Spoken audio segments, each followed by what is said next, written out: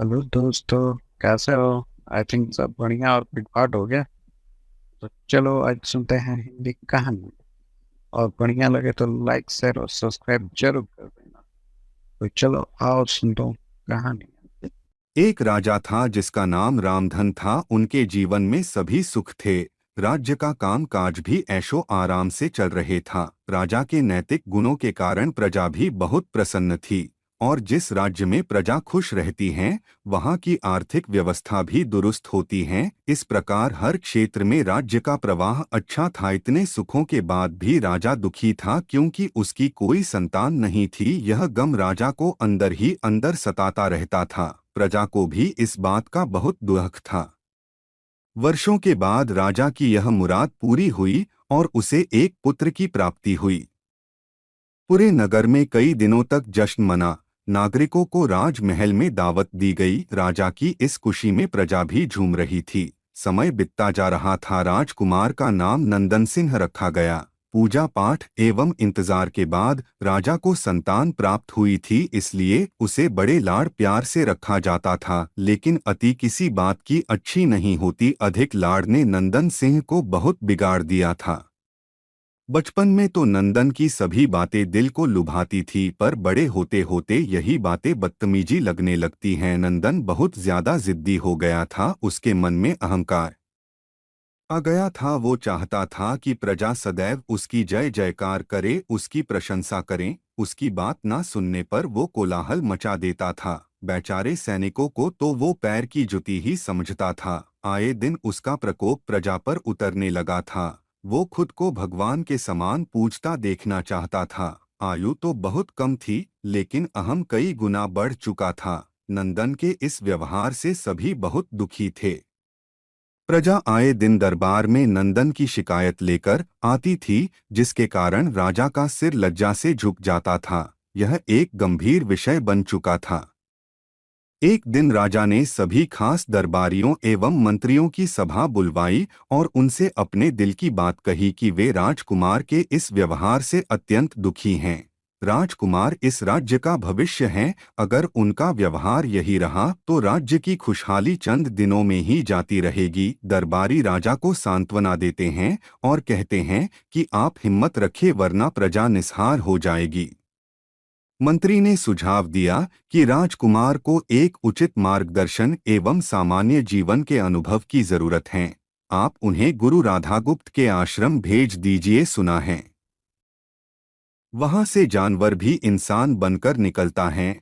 यह बात राजा को पसंद आई और उसने नंदन को गुरुजी के आश्रम भेजा। अगले दिन राजा अपने पुत्र के साथ गुरुजी के आश्रम पहुंचे। राजा ने गुरु राधा गुप्त के साथ अकेले में बात की और नंदन के विषय में सारी बातें कही। गुरुजी ने राजा को आश्वस्त किया कि वे जब अपने पुत्र से मिलेंगे तब उन्हें गर्व महसूस होगा।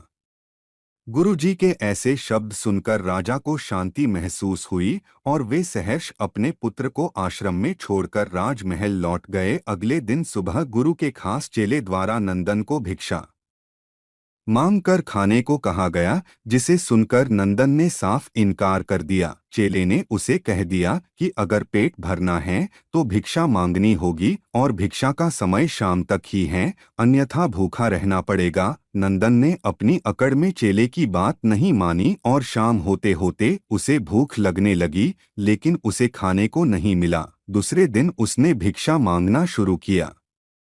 शुरुआत में उसके बोल के कारण उसे कोई भिक्षा नहीं देता था, लेकिन गुरुकुल में सभी के साथ बैठने पर उसे आधा पेट भोजन मिल जाता था।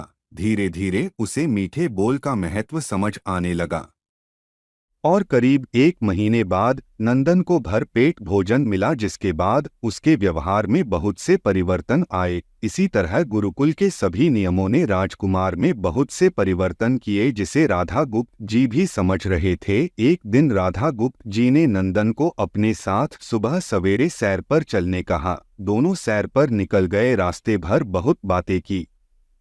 गुरुजी ने नंदन से कहा कि तुम बहुत बुद्धिमान हो और तुम में बहुत अधिक ऊर्जा है, जिसका तुम्हें सही दिशा में उपयोग करना आना चाहिए। दोनों चलते चलते एक सुंदर बाग में पहुंच गए, जहां बहुत सुंदर सुंदर फूल थे, जिनसे बाग महक रहा था। गुरुजी ने नंदन को बाग से पूजा के लिए गुलाब के फूल तोड़ने कहा। नंदन झट से सुंदर सुंदर गुलाब तोड़ लाया और अपने गुरु के सामने रख दिए। अब गुरुजी ने उसे नीम के पत्ते तोड़कर लाने कहा। नंदन वो भी ले आया। अब गुरुजी ने उसे एक गुलाब सूंघने दिया और कहा, बताओ कैसा लगता है। नंदन ने गुलाब सूंघा और गुलाब की बहुत तारीफ की। फिर गुरुजी उसे नीम के पत्ते चखकर उसके बारे में कहने को कहा। जैसे ही नंदन ने नीम के पत्ते खाए उसका मुंह कड़वा हो गया और उसने उसकी बहुत निंदा की और जतर कतर पीने का पानी ढूंढने लगा। नंदन की यह दशा देख गुरुजी मुस्कुरा रहे थे। पानी पीने के बाद नंदन को राहत मिली। फिर उसने गुरुजी से हंसने का कारण पूछा। तब गुरुजी ने उससे कहा कि जब तुमने गुलाब का फूल सूंघा तो तुम्हें उसकी खुशबू बहुत अच्छी लगी और तुमने उसकी तारीफ की, लेकिन जब तुमने नीम की पत्तियां खाई तो तुम्हें वो कड़वी लगी और तुमने उसे थूक दिया और उसकी निंदा भी की। गुरुजी से नंदन को समझाया, जिस प्रकार तुम्हें जो अच्छा लगता है तुम उसकी तारीफ करते हो, उसी प्रकार प्रजा भी जिसमें गुण होते हैं उसकी प्रशंसा करती हैं। अगर तुम उनके साथ दुर्व्यवहार करोगे और उनसे प्रशंसा की उम्मीद करोगे तो वे यह कभी दिल से नहीं कर पाएंगे। इस प्रकार जहाँ गुण होते हैं वहाँ प्रशंसा होती है। नंदन को सभी बातें विस्तार से समझ आ जाती हैं और वो अपने महल लौट जाता है। नंदन में बहुत परिवर्तन आता है और वो बाद में एक सफल राजा बनता है। गुरु की सीख ने नंदन का जीवन ही बदल दिया। वो एक क्रूर राजकुमार से एक न्यायप्रिय दयालु राजा बन गया। इस कहानी से हमें यही शिक्षा मिलती है कि हम में गुण होंगे तो लोग हमें हमेशा पसंद करेंगे, लेकिन अगर हम अवगुणी हैं तो हमें प्रशंसा कभी नहीं मिल सकती। अगर आपको भी हमारी कहानी अच्छी लगी तो चैनल को सब्सक्राइब कर ले, बेल आइकन दबा ले ताकि कहानी का नोटिफिकेशन सबसे पहले आपको मिल सके। जय हिंद।